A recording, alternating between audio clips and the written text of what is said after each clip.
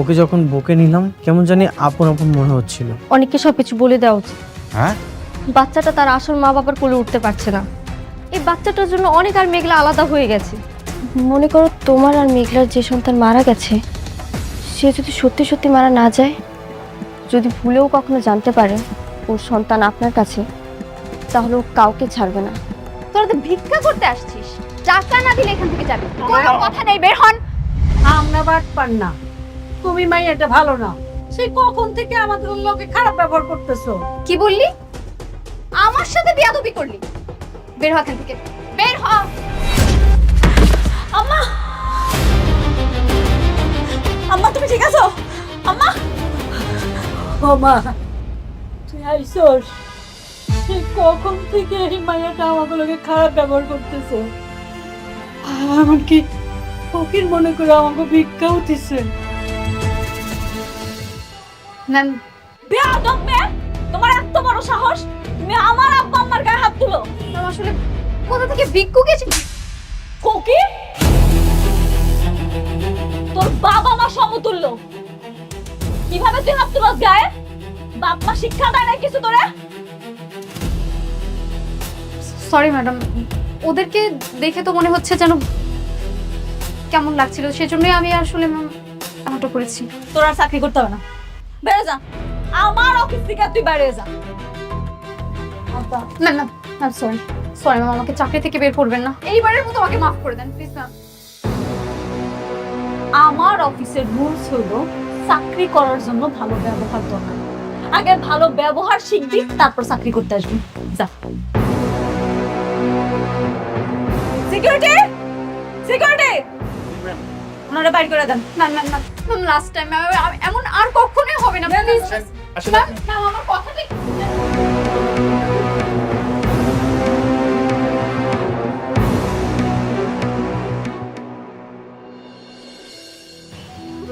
আম্মা, আব্বা, তোমরা আমারে মাফ করে দাও।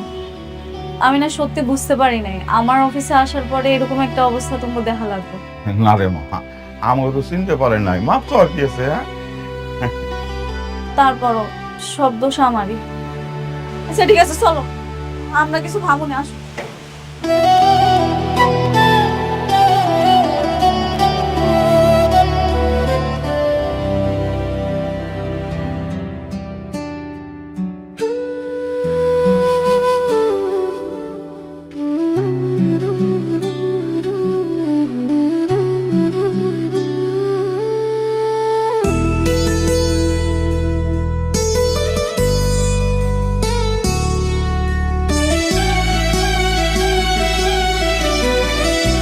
তুমি এখানে আর আমি তোমাকে খুঁজে বেড়াচ্ছি।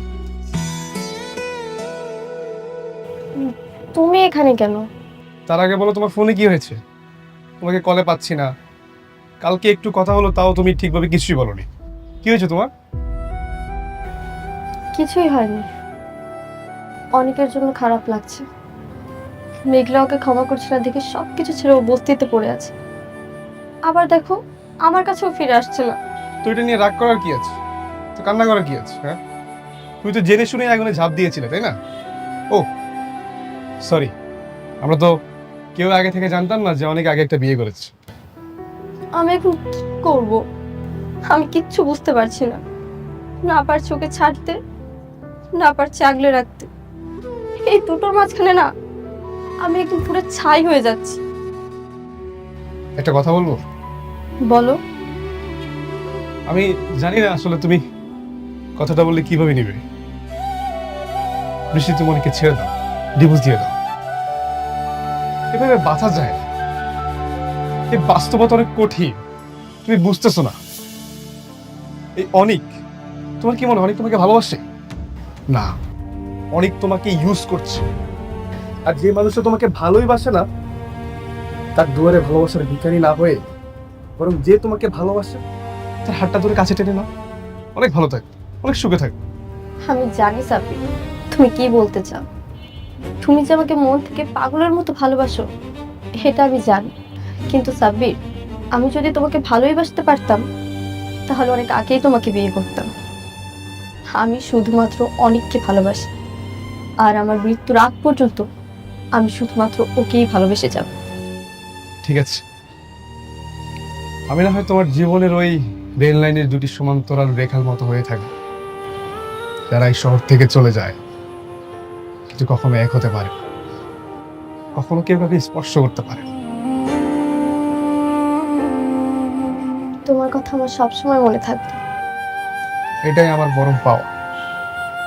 আচ্ছা, আমি গেলাম, আমার যেতে হবে, এখন না গেলে সমস্যা হবে। শোনো,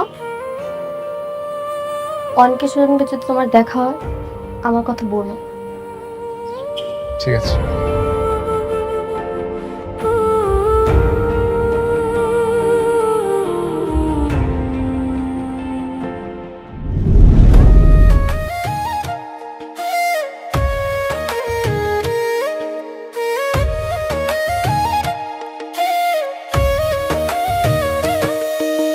ভাগ্যগুণে পাইলাম তোমায়, ভাগ্যে তো আর রইলা না। দুঃখে আমার বুক ভেসে যায়, সুখের দেখা হইল না। তবু আমি তোমার আশায় কাঁদি দিবারাত সুখে থেকো, ভালো থেকো গরিব ঘরের রাজপুত্রে। ও সুখে থেকো, ভালো থেকো গরিব ঘরের রাজপুত্রে।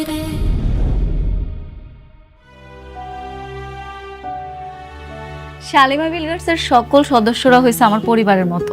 আর যেহেতু আজকে একটা পারিবারিক অনুষ্ঠান, আমার আব্বা আম্মার বিবাহ বার্ষিকী, তাই আপনাকে সবাইরে আমি ডাকাইছি। আপনারা আসছেন, আমি অনেক খুশি হয়েছি। আপনাদের কাছে সত্যি কথা লুকামো না, জন্মের পর থেকে কখনো দেখি নাই আব্বা আম্মা বিবাহ বার্ষিকী পালন করছে। আমরা গরিব ছিলাম, গরিব মানুষের আর বিবাহ বার্ষিকী কি। সেই জন্য আল্লাহ যেহেতু আমার এখন তৌফিক দান করছে, তাই এখন থেকে চেষ্টা করবো প্রতি বছর আমার আব্বা আম্মার এই বিবাহ বার্ষিকীটা পালন করার। আপনারা সবাই আমার আব্বা আম্মার জন্য দোয়া করবেন। চলেন এবার সবাই মিলে আমরা কেকটা কাটি। চলেন আমরা সবাই করতালি দিয়ে ম্যাডামের বাবা মাকে অভিনন্দন জানাই। আব্বা, আম্মা, হ্যাপি অ্যানিভার্সারি, হ্যাপি অ্যানিভার্সারি। হ্যাঁ দাঁড়া। আরে অনিক সাহেব, আরে আসেন আসেন, আমাদের সাথে জয়েন করেন। আজকে আমার ম্যাডামের বাবা মার বিবাহ বার্ষিকী। Happy anniversary. Thank you manager uncle, madam. আপনারা তো আমি কইছিলাম এটা একটা পারিবারিক অনুষ্ঠান। শালিমা বিলগার্সের প্রত্যেকটা সদস্য আমার পরিবার। আমার আব্বা আম্মার এত বড় একটা দিনে আপনি বাইরের মানুষে কেমনে আমন্ত্রণ করলেন, একটা বড় জিজ্ঞেসও করলেন না? ম্যাডাম, আজকের দিনটা আমরা রাগারাগি না করি, আর আজকের আনন্দের দিনে আমরা ওই বিষয়টা নিয়ে আলোচনা না করি, সেটাই বোধহয় ভালো হয়। আমি তোমার পরিবার না, তাই না? অথচ একটা সময় ছিল যখন আমিই ছিলাম তোমার সবচেয়ে আপন মানুষ। তুমি সবার সামনে আমাকে অপমান করলে বাইরের মানুষ বলে, আর আমি তোমার জন্য যত্ন করে নিজে হাতে রান্না করে নিয়ে এসেছি তোমার পছন্দের খাবার, ডিম ভুনা, তোমাকে আমার পরিবার মনে করে। আর তুমি সবার সামনে বললে আমি তোমার পরিবার না। আমি জানি আমি ভুল করেছি, সেটার মাসুল তো আমি দিচ্ছি। তোমার পিছে পিছে আসতেছি। আমি এতটাই খারাপ হয়ে গেছি, আমাকে ক্ষমা করা যাচ্ছে না। মেঘলা, আমি কখনোই তোমার কাছে এটা আশা করিনি। বাবা, তুমি কিছু মনে করো না, মারে রাগারাগি করিস না। হ্যাঁ, আরে ও তো আমাকে আপনই ছিল, তারপরে ভুল করছে, ভুলের জন্য তো ক্ষমাও চাইছে। থাক, আজকের দিন অন্তত থাক। বাবা আসো, কেক খাও, আসো আসো। আব্বা, কারে কেক খাওয়াইতেছ তুমি? ওরে আব্বা, তুমি কি সব ভুলে গেছো? তুমি ভুলে যাইতে পারো, আমি কিচ্ছু ভুলিনি। আমি ওরে ক্ষমা করব না। আজকে এত বড় একটা অনুষ্ঠান, আমি কত আশা কইরা সব আয়োজন করছি, চাইছিলাম তোমরা নিয়ে ধুমধাম করে অনুষ্ঠানটা পালন করুন। তোমরা আমার ভাল লাগে না না? ওরে কেক খাওয়াই তো মন চায়, ওরে কেক খাওয়াইব তো খাওয়া, তোমরা ওরে কেক খাও, আমি চলে যেতেছি, খাওয়া। তোমার এখান থেকে যেতে হবে। এটা তো তোমার পরিবার, আমি তো বাইরের মানুষ। এখানে এসে আমি বিরক্ত করলাম। তোমার জন্য খুব যত্ন সহকারে তোমার পছন্দের খাবারটা রান্না করে নিয়ে এসেছিলাম। যদি ইচ্ছে হয় খেয়ে নিও।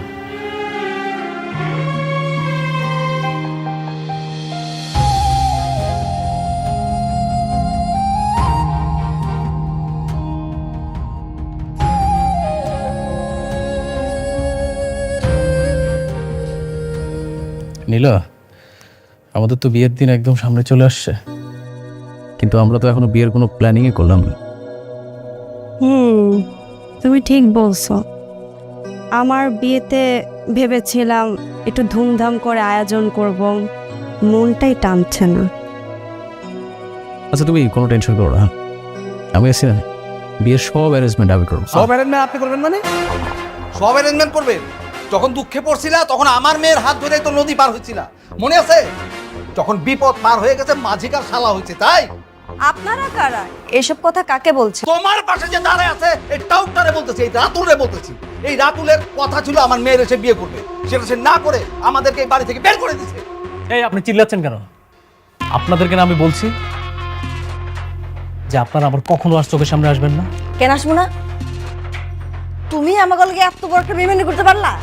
আর তোমার কথা মতো আমাকে আত্মীয় অনেক অনেকের সাথে বেইমানি করছি, আর সেই তুমি তুমি আমাকে রাস্তা ছিঁড়ে মারলা। শুনেন, আপনাদের কপাল ভালো যে আমি আপনাদেরকে পুলিশে দেই নাই। যারা নিজের আত্মীয়র সাথে বেইমানি করতে পারে না, তারা আমার সাথে বেইমানি করবে না, তার কোনো গ্যারান্টি আছে? রাতুল, তুমি নাকি এই মেয়েকে বিয়ে করতে যাচ্ছ? হ্যাঁ। তাহলে সেদিন যে আমাকে নিয়ে বস্তিতে গিয়েছিলে, আমাকে কথা দিয়েছিলে অনেকের নামে মিথ্যা অপবাদ ছড়ালে তুমি আমাকে বিয়ে করবে, তাহলে এখন এই মেয়ে? রাতুল, তুমি এই মেয়েকে নিয়ে সেদিন বস্তিতে গিয়েছিলে? কি বলে এসব? আরে বুঝো না, আমি তো অনেককে ফাঁসানোর জন্য ওকে ব্যবহার করেছিলাম। ও তো একটা নষ্ট মেয়ে। এই আপনারা তো আচ্ছা নিমো খারাম। অনেক যখন আপনাদেরকে বাসার থেকে বের করে দিয়েছিল, তখন আমি রাতুল রাজ আপনাদেরকে আশ্রয় দিয়েছিলাম, ভুলে গেছেন? আমি অত কথা জানি না, তুমি আমার মেয়েকে বিয়ে করবে কিনা সেটা বলো। প্রশ্নই আসে না। দেখো রাতুল, আমার কথাটা শোনো। সবাই জানে যে আমার মেয়েকে তুমি বিয়ে করতে যাচ্ছ। এখন যদি তুমি আমার মেয়েকে বিয়ে না করে অন্য আরেকটা মেয়েকে বিয়ে করো, সমাজে আমি মুখ কি করে দেখাবো?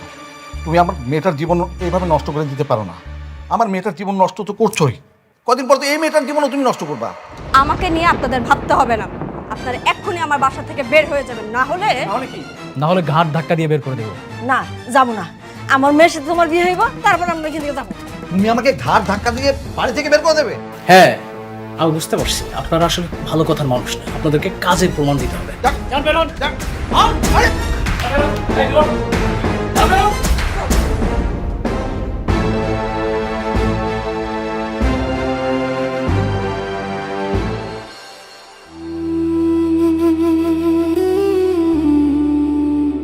তুমি ওরে এই জায়গা থেকে যাইতে কও, নাহলে তুমি আমার মরা মুখ দেখবা। আমি ওর সাথে আর কোনো কথা বলতে চাইতেছি না, তুমি আরে সুন্দর করে বুঝে বিদায় করে দাও। তুমি আমার স্পর্শ করার অধিকার ওই দিনই হারাইছো যেদিন আমার সন্তানের তুমি অস্বীকার করছো।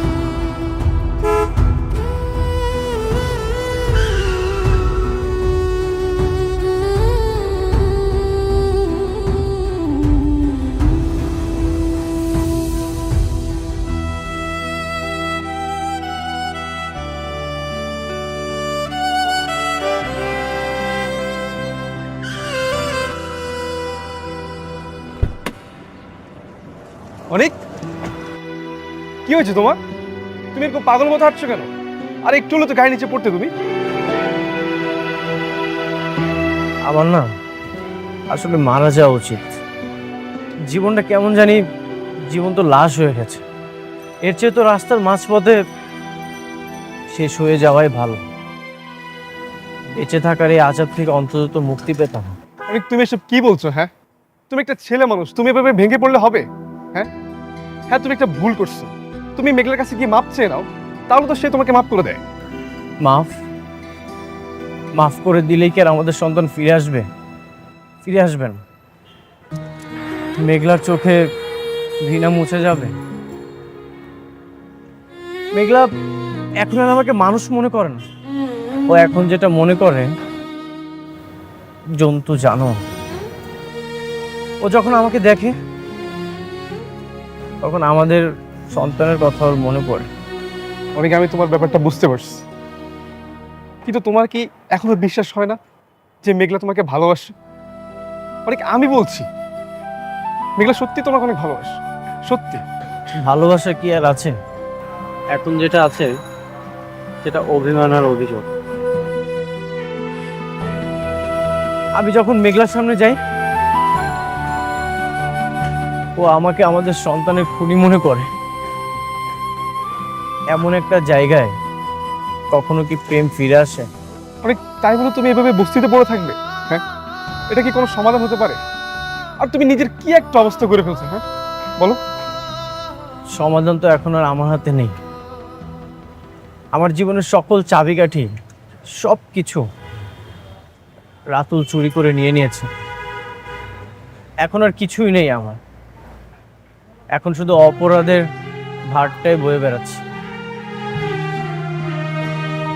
জানো সাব্বির, আমি যখন আয়নার দিকে তাকাই তখন না আমি আমাকে চিনতে পারি না। বারবার শুধু মনে হয় অনেক অনেক আগেই মারা গেছে। এখন শুধু জীবনটা লাশটা বয়ে বেড়াচ্ছে। দেখো অনেক, এসব পাগলামি ছাড়ো, চলো আমার সাথে চলো, আমি তোমাকে দিয়ে আসি। চলো। না, আমি একা থাকতে চাই। আমার নিজের সাথে নিজের লড়াইটা এখনো শেষ হয়নি। তুমি যাও।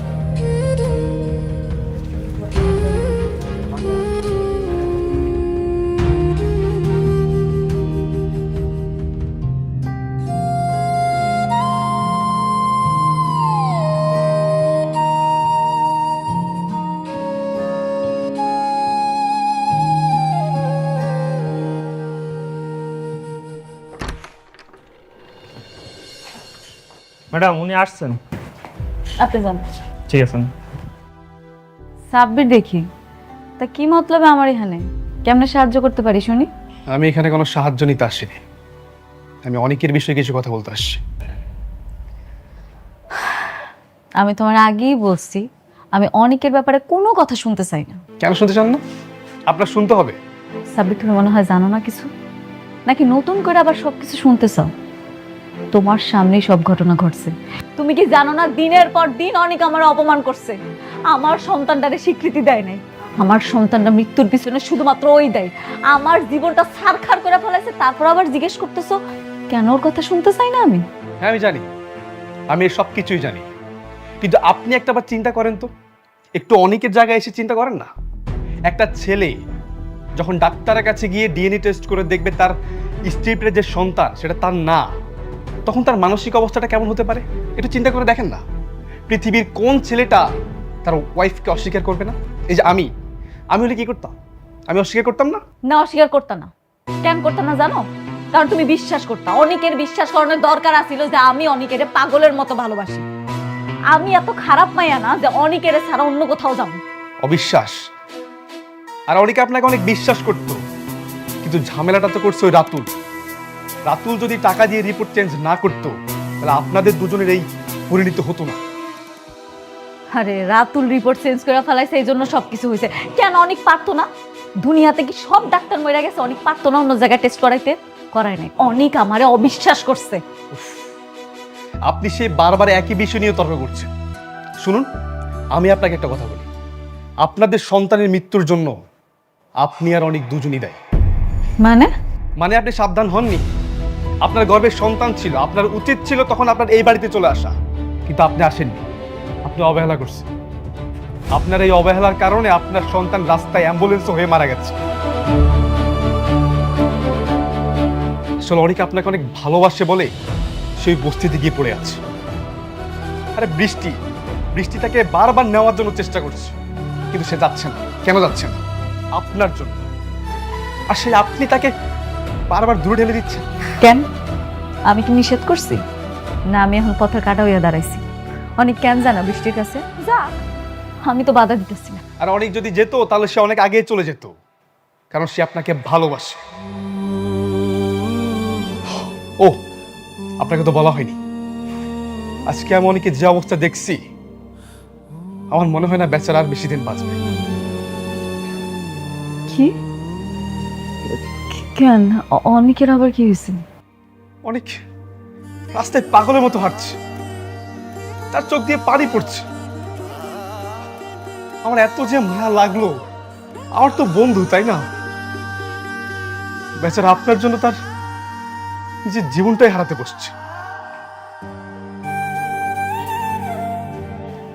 মারে, অনেকটা তুই মাফ কইরা দে। মারে একটু চিন্তা করে দেখ, জানি অনেক ভুল করছে, কিন্তু আমরাও তো ভুল করছি, তাই না? আমার মনে হলো আপনাকে কথাগুলো বলা দরকার, তাই আমি বলতে আসছি। দেখুন, এখন চুপ করে বসে থাকার সময় না। এসব রাগ অভিমান সবকিছু ভুলে কাছে যাওয়ার সময়। দেখুন, বাকিটা আপনার ইচ্ছে।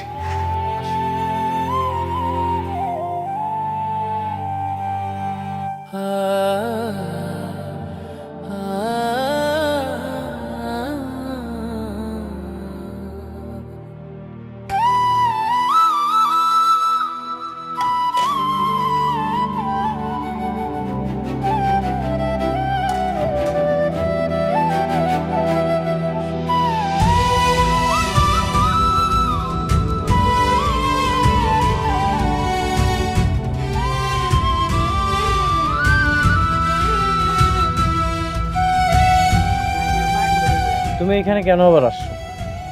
তোমাকে কেন বলছি এই বস্তিতে আর কখনো আসবে না? কেন আসবো না? তুমি আমার হাজবেন্ড, তোমার উপর আমার অধিকার আছে। আমি এখানে বারবার আসবো। কেন বুঝতে পারছো না? আমার এই জীবনটা এখন অন্যরকম হয়ে গেছে। এই জীবনে আমি কোনোভাবেই তোমাকে জড়াতে চাই না। চাও না মানে? আমি কই যাব? আমি তোমাকে ছাড়া কোথাও যাব না। একটা কথা বলবো? বলো। তুমি আমাকে ডিভোর্স দিয়ে দাও।